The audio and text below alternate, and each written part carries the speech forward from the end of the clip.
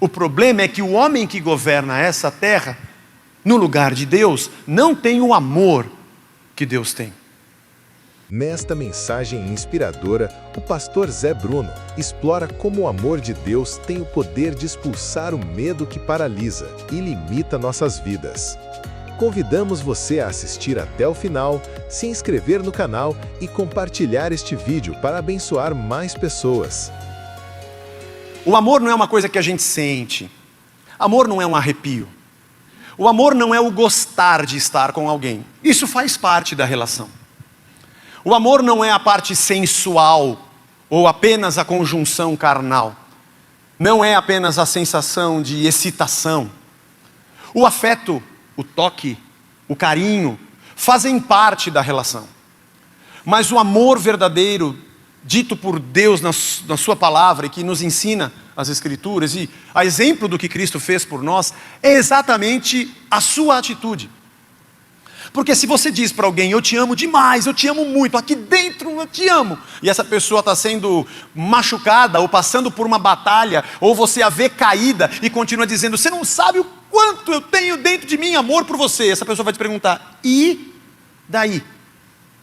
Se isso não se traduz numa atitude sacrificial, de doação, numa atitude de socorro, misericórdia, se isso não é uma ação, tudo o que você diz que sente não passa de algo abstrato.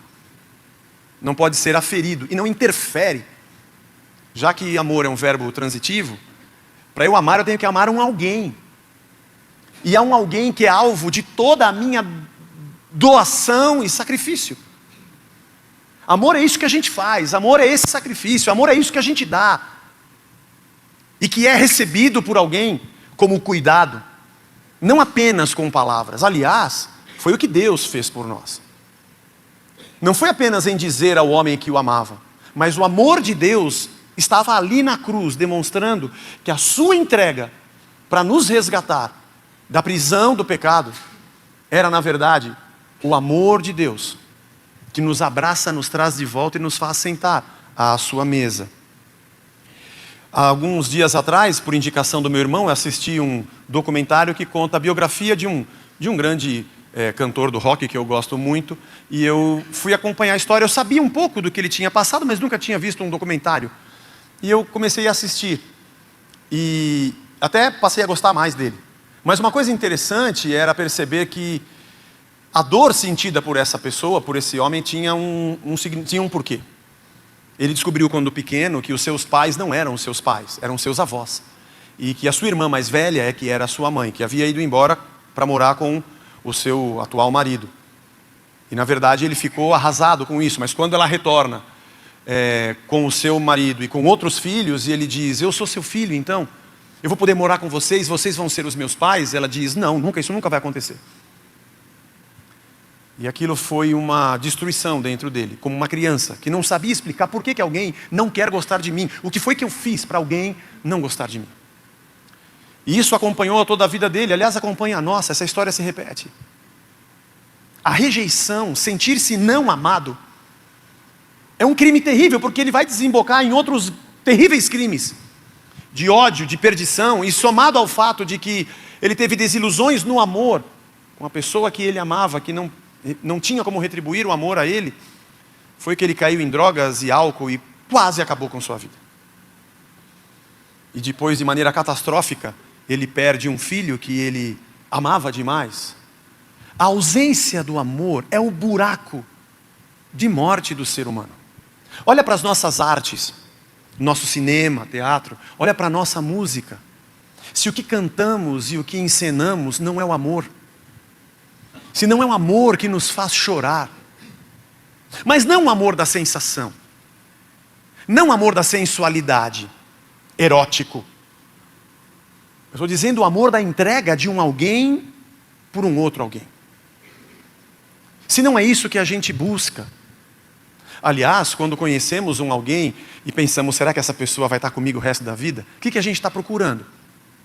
Se não um alguém que nos ame e nos acolha. Porque é dentro desse abraço de doação de um alguém que a gente se sente vivo e seguro.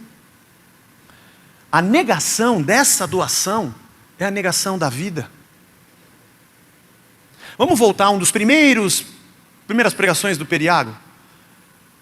Quando Adão e Eva comem do fruto, você vai se lembrar disso que nós já falamos aqui. Não é apenas desobedecer a Deus, não era para comer e comi. Ah, que droga. Não é só isso. É o fato de que essa árvore simboliza o conhecimento do bem e do mal. E que quando eu como desse fruto, eu não preciso mais de Deus. Não preciso mais dele. Porque agora eu sei o que é o bem e o que é o mal. Eu não tenho que ficar perguntando para ele, eu devo fazer, não devo, o Senhor vai me conduzir, o Senhor é meu Senhor. Não, agora eu sou o Senhor de mim mesmo. E eu conheço o bem e o mal contra Deus. Essa realidade está presente na nossa vida em tudo que a gente faz hoje. Porque nós fazemos um monte de coisa sem nem querer saber se isso é agradável ou não a Deus. A gente vai até Ele quando a gente está com os burros na água. Porque o pecado, essencialmente, é ocupar o lugar do próprio Deus na condução da nossa vida. O problema é que quando o ser humano bane Deus da existência, da sua existência, e ele passa a ser Senhor sobre o cosmos, e como se cuida da natureza, como se cuida do próximo, está na mão do homem, porque ele acha que tem o poder e agora tem a autoridade, e é o que mais a gente vê nos dias de hoje. Você tem que correr atrás dos seus sonhos, do que você quer, você tem que se preparar, as coisas têm que estar na sua mão, aí você vai fazer um curso para ser muito organizado, e ter as coisas muito bem planilhadas, e ter o controle de tudo, porque assim nós nos sentimos seguros, com tudo muito bem controlado. Mas o problema é que o mundo criado por Deus não é organicamente organizado e perfeito, só porque Deus tem poder. O problema é que o homem que governa essa terra, no lugar de Deus, não tem o amor que Deus tem. A gente aprendeu a ir para a igreja, quando temos um problema, e pedirmos a Deus que Deus nos dê poder. Pedirmos a Deus que Deus nos dê autoridade espiritual. Pedirmos a Deus que Ele nos dê capacidade, dons. Para quê? Para que nós continuemos banindo Deus da nossa vida, continuemos a chutar Deus, porque agora com poder, com autoridade e capacitado, eu mesmo resolvo a minha vida. A verdade é que nós não compreendemos que a nossa gratidão, a adoração, o nosso respeito e a nossa admiração a Deus não é porque Ele tem poder, autoridade e capacidade.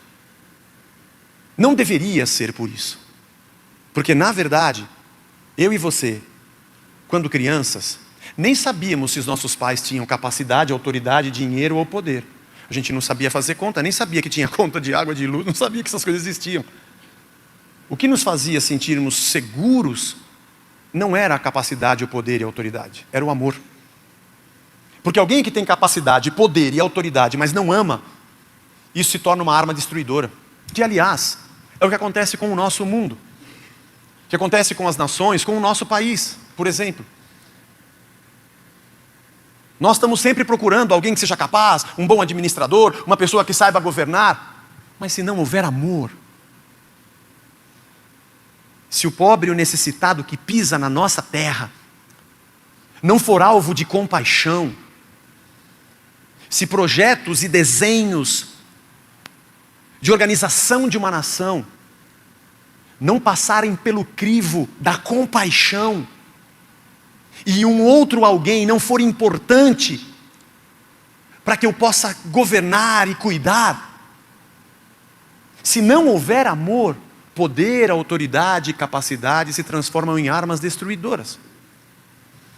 Porque entre estar na mesa dele no meu bolso, esteja no meu bolso. Não é um contrassenso nós irmos a Deus e pedirmos a Ele essas coisas, poder, autoridade, capacidade, e não compreendermos o amor que Deus tem por nós? Eu sempre me lembro dessa história, que quando nós morávamos no Rio, o Guilherme tinha 1 ano, a Vitória tinha 3, o Luca tinha 5, eles eram pequenininhos e nós estávamos indo para um aniversário de criança. E eles estavam assim felizes no banco de trás. Sempre assim tem aquela discussão, quem vai sentar no meio? Ninguém quer sentar no meio. Sempre tem aquela discussão dos 3 e tal. Agora já são grandes, eles dirigem, então eles sentam na frente. Mas naquela época, mas aquele dia que vai para a festa, não tem briga. Arrumadinho, banho tomado. O que tinha a cada 2 minutos era uma pergunta: pai, está chegando? E essa, a gente ouve isso dos filhos, está chegando, está chegando. E a conversinha deles, aquelas vozinhas que a gente grava na memória, no ouvido, né? Porque vai ter o escorrega, vai ter não sei o quê, vai ter a brincadeira, vai ter a piscina de bolinha, vai ter fliperama, sei lá. Eles estavam todos felizes. E eu falei para a Blanche assim: já pensou? Se ao invés de estar indo para uma festa, eles arrumadinhos, banho tomado, eles fossem tomar uma benzetacil cada um? e nós estivéssemos só enganando. Que louco, né, meu? Coitado. Ai, Jesus. Não, estava indo para a festa mesmo. Teve uma vez também que nós estava aqui na Nazaré, eles eram pequenos, eu tinha voltado para São Paulo, foi 2003. E eu lembro que eu parei no penúltimo semáforo aqui, e o Luca pequenininho falou assim: ô pai, por que você está dirigindo e tem hora que você para? E depois você sai andando. Eu falei assim, bom, eu estava atrás, baixa a cabeça e olha lá em cima. Aquilo ali chama semáforo. E quando fica vermelho, todo mundo para, não sou só eu. A gente para aqueles outros passarem. Ah, tá. E depois, aquele fica vermelho, nosso fica verde, a gente anda. Ah, entendi. Teve uma outra engraçada que ele perguntou assim: pai, você tem cheque? Essa muitos já responderam, né, para os filhos. Você tem cheque? Pequeno, eu falei, sim.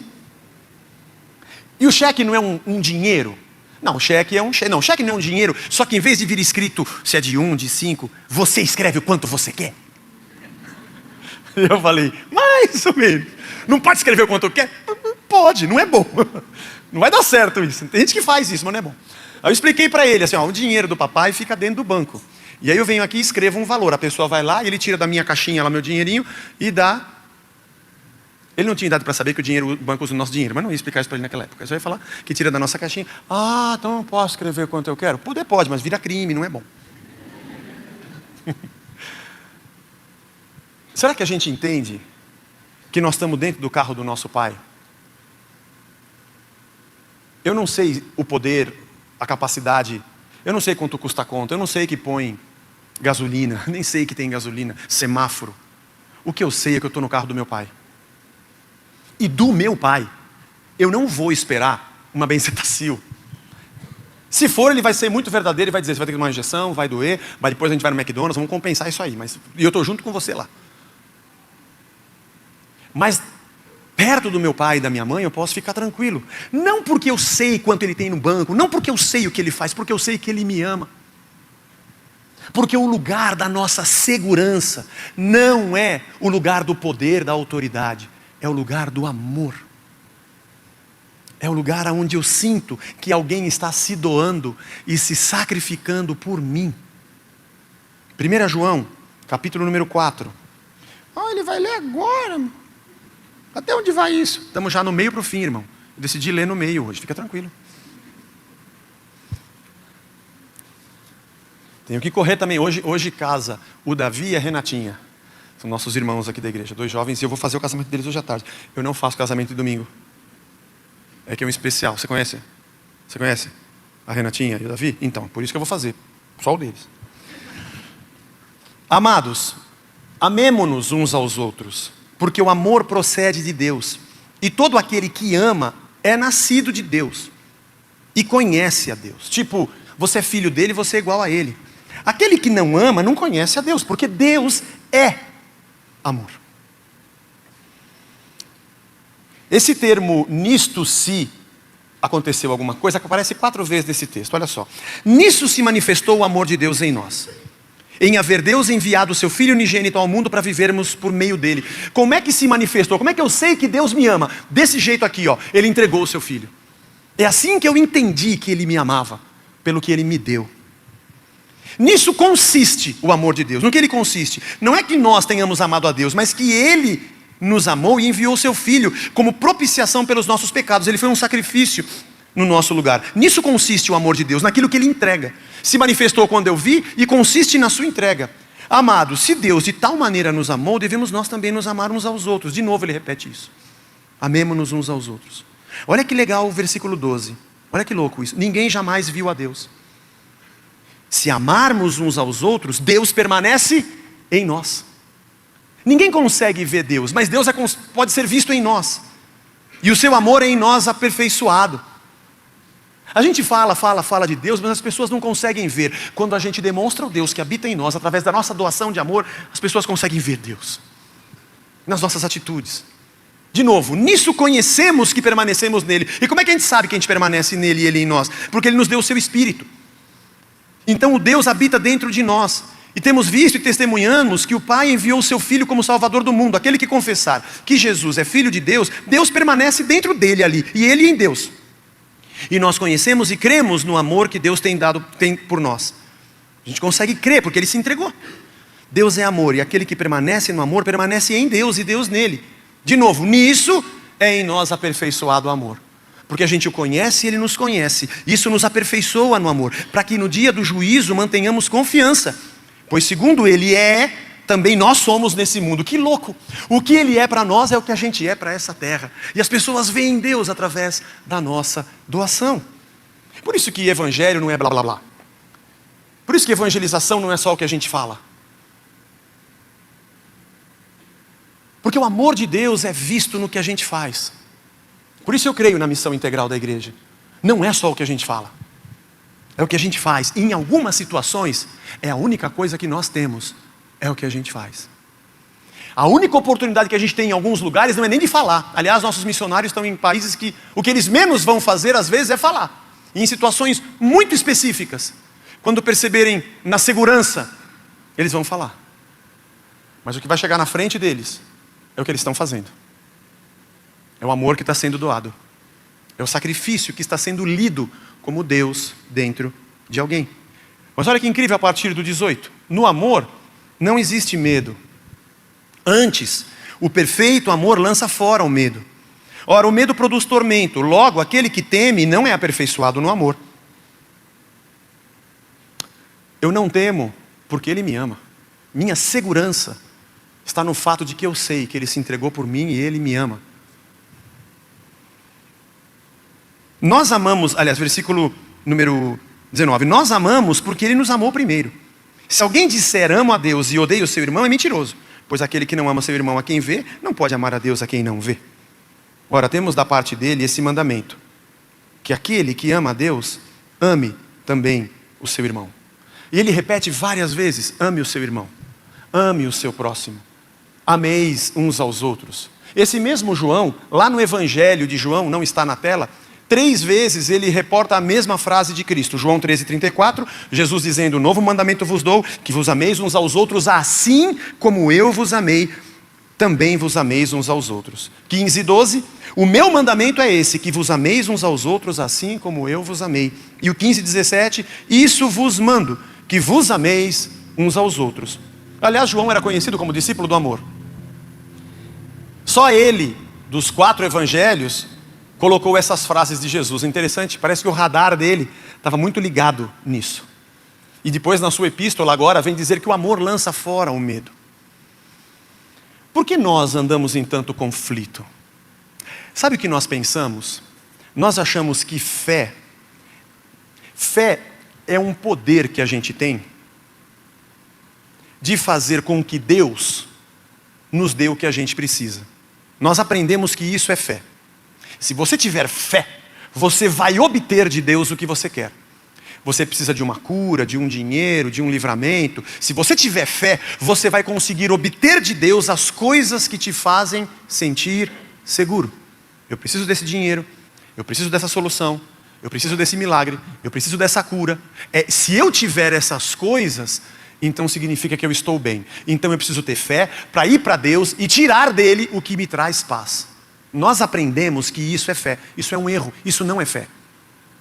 Isso de novo, nós estamos pegando do fruto e dizendo para Deus que o que eu preciso é bom e Ele não pode me dar o que é ruim, o contrário. Então a minha fé é ter de Deus o que eu acho que é bom, chutar Deus e ficar em paz com a minha condição. É louco isso, né? É igual, mas é bem diferente. Muita gente diz que tem fé e está lutando. Aí pega erroneamente o texto de Jacó que lutou com o anjo, fora de contexto, para usar esse texto para dizer que você tem que lutar com Deus para Deus te dar o que você quer. Quem disse que o que eu quero é o melhor? Quem disse que eu sei o que eu quero? Quem me fez Deus para dizer que eu sou conhecedor do bem e do mal? Essa fé é contra Deus. Isso não é fé. Isso é uma pseudo-fé. Fé é eu ter certeza que mesmo que eu não tenha aquele dinheiro, ou esteja com aquela doença, ou passe por aquele aperto, eu tenho certeza que Deus me ama. Eu descanso em Deus. Mateus capítulo 6. Não andem ansiosos por coisa alguma. Não fiquem preocupados com o que vocês vão ter que comer, com o que vocês vão ter que vestir, com o que vocês vão ter que beber, porque o Senhor sabe do que vocês precisam. Olhem para as aves nos céus, que não semeiam e não colhem, mas elas se alimentam. Olhe para os lírios que estão no campo, que não costuram e não fazem roupa, mas nem Salomão se vestiu tão belo quanto eles. Se Deus cuida da erva do campo, se Deus cuida do passarinho, se Deus cuida dessas coisas, como é que Ele não vai cuidar de vocês, homens de pequena fé? Por isso, não andem ansiosos pelo dia de amanhã, porque o amanhã trará consigo os seus cuidados. Busquem em primeiro lugar o seu reino e a sua justiça. Relaxa, todas essas coisas vos serão acrescentadas. Fé é ter certeza que eu estou no carro do meu pai. Ele não está me levando para o pior. Eu não sei como é que Ele paga a conta, mas Ele é meu pai e Ele me ama. Afinal de contas, se alguém morreu por mim na cruz, o que mais Ele me negaria se Ele não negou o seu próprio filho? E Paulo diz isso: aquele que não negou o seu próprio filho, como não nos dará junto com Ele todas as outras coisas? Por que nós somos tão inseguros? Por que temos tanto medo? E eu me incluo nisso, fazendo contas porque não vai dar, porque parece que a gente não tem pai. Até posso compreender que talvez muitas pessoas tenham uma péssima referência, paterna ou materna, pelo fato de que na sua infância sofreram uma rejeição. Isso acontece muito. Todos nós temos marcas de rejeição. Mas nosso Deus é o Pai perfeito, muito diferente daquelas pessoas que nós conhecemos na terra. Nos seus braços, a gente pode descansar seguro. Em paz me deito e logo pego no sono, porque Deus me faz descansar em paz. Elevo os meus olhos para os montes, de lá vem o meu socorro. Eu tenho essa certeza, debaixo das suas asas eu estou seguro, como uma galinha que esconde os seus pintinhos. Ali eu estou tranquilo, porque eu sei que o amor de Deus me cobre. Essa é a nossa segurança. Por que desesperadamente eu fico pedindo para Deus poder, se Ele já me ama? Se Ele já é meu Pai? Você já pensou, se um dia você estivesse dormindo à noite em casa e ouvisse um barulho, e você desce, minha casa é sobrada, desce as escadas assim, vai ver que alguém entrou em casa, e tem o seu filho tirando a televisão da sua sala, e você fala: o que você está fazendo, filho? 3 horas da manhã, e ele todo sem graça: desculpa, pai, perdão, puxa, bem, me desculpa. Mas por que você está fazendo? Desculpa o quê? Eu estou pegando a TV para colocar no meu quarto, eu não queria que você soubesse que eu ia tirar. Mas como é que eu não ia saber? Está dentro da minha casa. Só não ia saber quem foi, mas depois eu ia olhar no seu quarto. É que eu preciso muito que você me dê essa TV.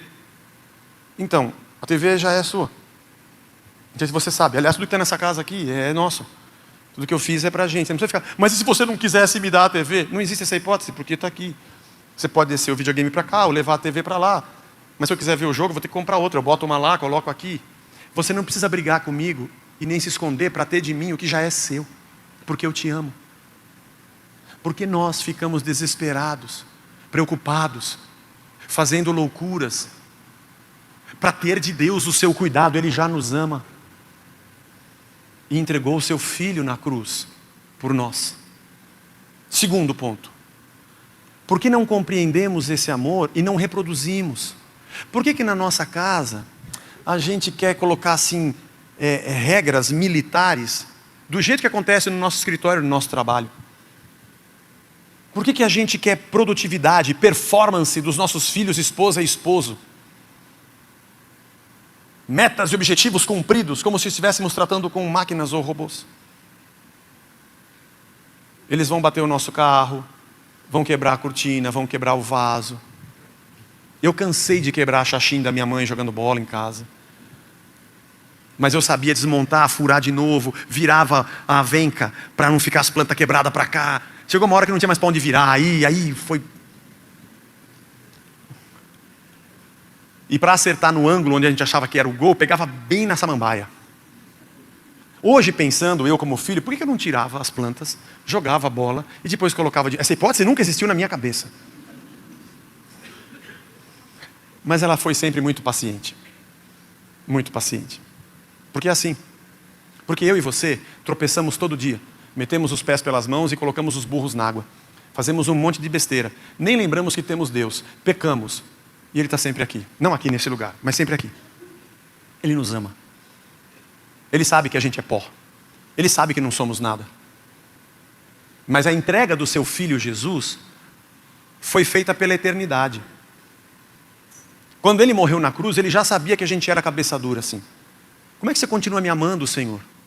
Vou pedir perdão hoje e nunca mais vou fazer. Amém? Amém, Senhor? E Deus fala, eu vou te perdoar, mas eu não vou te perdoar porque você está dizendo que nunca mais vai fazer. Até porque amanhã você vai fazer. Você não sabe, mas eu já sei. Eu não te perdoo porque você fez aqui um discurso bonito. O seu discurso não me convence, porque eu conheço teu passado, teu presente, teu futuro até a eternidade. Eu te perdoo porque eu te amo. E não porque você fez a promessa de não errar mais, mas porque meu filho morreu por você. Eu te amo porque eu me entreguei por você. Você consegue entender um amor desse? Eu não consigo. Mas é com esse amor que Ele nos ama. E Jesus disse, do jeito que eu amei vocês, e João completa a ideia para a igreja, o amor vai se aperfeiçoar em nós, para que nós possamos amar as pessoas do jeito que Jesus nos amou. E nós não sabemos quantas vezes, para nós, quando filhos, uma palavra do nosso pai, da nossa mãe, dizendo, que bonito, que legal que você fez. Essa frase é difícil arrancar da boca de um pai, eu confesso, como pai. Filho, eu tenho orgulho de você. Mesmo que ele tenha feito uma burrada. É mesmo, pai, mas eu errei nisso, eu fiz aquilo. Então, mas eu te amo porque eu te amo. Você entendeu? Como Deus faz com a gente. Não, Deus deve me amar muito, Deus me ama porque eu prego bonito, eu faço aqui. Não é por isso que Ele me ama, porque não é, isso aqui é tudo falsidade. Eu sou cabeçudo que nem você, todos nós somos. Não é que é falsidade, eu falo a verdade, é a palavra de Deus, tá certo. Mas eu erro como você, eu tropeço como você, eu fico preocupado com as coisas, eu não acredito em Deus muitas vezes. E fico, Senhor, onde o Senhor está? Ele fala de novo, ele vai falar isso. Deus tem uma paciência comigo, e deve ter com você também, porque nós estamos aqui. E se eu disser, Senhor, olha aqui, aquele dia eu não acreditei, esse dia que eu murmurei, esse aqui eu fiquei reclamando, esse aqui eu fiz campanha, esse aqui eu dei bronca, esse aqui eu não quis cantar, esse aqui eu não fui na igreja, aquele dia eu nem orei. De birra. Para te mostrar, para o senhor aprender como é bom ficar sem a minha adoração. Aí, Senhor, me perdoa porque eu sou tão infantil, tão cabeçudo. Se eu não fizer mais isso, nunca mais, o Senhor continua me amando? Ele vai dizer, eu vou continuar te amando mesmo que você faça. Porque eu te amei desde o princípio e te amo até o fim. Aliás, há uma frase bonita nos evangelhos, que Jesus amou os seus discípulos até o fim. Dá para entender esse amor? Não dá. A gente dá para a gente agradecer e falar, obrigado, Senhor. Eu não mereço esse amor, essa é que é a verdade. Nós não merecemos. Mas isso torna o amor de Deus mais incrível. O quanto esse amor vai se aperfeiçoar em mim e em você? O quanto nós vamos reproduzir isso para o nosso esposo, para a nossa esposa, para os nossos filhos, para os nossos pais? O quanto o nosso amor vai ser aperfeiçoado no amor de Deus para que sejamos uma doação e um sacrifício por alguém? Pedro com Jesus, e Jesus pergunta, Pedro, você me ama? Claro que eu te amo, Senhor. O Senhor lê meu coração, o que eu estou sentindo. Não. Apacenta as minhas ovelhas. Você percebeu essa pergunta e essa resposta?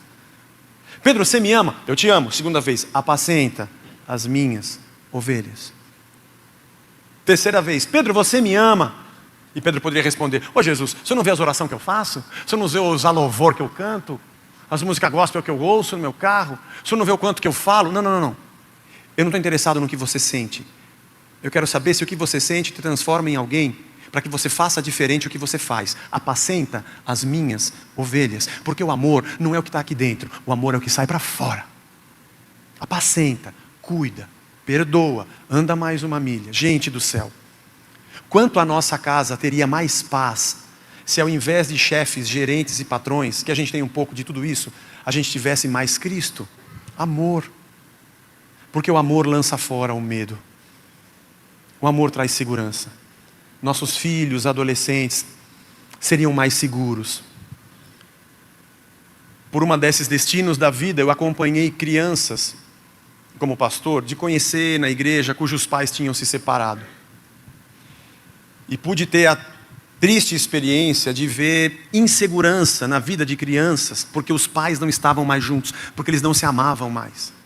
Apesar de que agora tinha a mesada do pai, que tinha uma boa condição, apesar de que agora tinham 2 quartos em 2 casas, com 2 TVs, com 2 videogames, com 2 guarda-roupas. E aliás, os pais, um quer comprar o filho com mais coisas para ver se fica comigo e não com ele.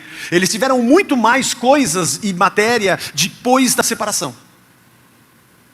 Mas eles tiveram descaminhos, buracos existenciais, vazios no sentimento, tristeza e insegurança na vida. Porque o lugar chamado amor não existia mais. Porque para ele existir, aqueles 2 tinham que se amar. E quem a gente ama não se ama mais. Vale a pena amar? Nossa segurança está no amor de Deus. vale passar por cima de qualquer coisa para manifestar o amor de Cristo. Sabe? Torcer o nosso nariz, ou dar o braço a torcer, se arrepender, perdoar. Como Cristo nos amou, assim também nos amemos. E a igreja de Cristo, ela é um reduto. Talvez o último reduto na terra, onde a gente pode encontrar gente sincera. Olha a nossa responsabilidade. Olha a minha e a sua responsabilidade de reproduzirmos o amor de Deus. Quanto tempo faz que você não demonstra amor? Quanto tempo faz que você não abraça? Quanto tempo faz que você não produz segurança? E alguém que está ali no meio do seu abraço fala, não tem benzetacil. A gente vai para a festa. Estou tranquilo, pô. Meu pai está dirigindo. Deus nos abençoe. Como Deus nos amou, nos amemos, nos ofereçamos, nos doemos. Aliás, o que é a nossa missão? Se não entender que o amor que Ele nos deu de graça precisa ser doado e desembocar na segurança de um alguém que Ele nos disse, você me ama? Por favor, apacenta as minhas ovelhas e faça o que eu fiz. Que Deus nos abençoe a entendermos o amor de Deus, a sermos aperfeiçoados no amor de Deus, a doarmos da mesma maneira como Deus se doou por nós, a fazermos da nossa vida um lugar onde o amor de Deus se planta e se colhe, sermos uma comunidade onde nossa amizade sincera e a nossa doação de coração seja um lugar de segurança. Porque ainda que passemos por uma grande tempestade, a pior coisa é passar só. E o que eu sempre digo, eu não posso evitar que você sofra, mas eu posso evitar que você sofra sozinho, sem ninguém do teu lado. Deus nos abençoe a nos amarmos, porque no meio da nossa jornada de sofrimento, o que seria se não tivéssemos o amor? Esperamos que você tenha sido edificado por esta mensagem. Fique com Deus e até a próxima!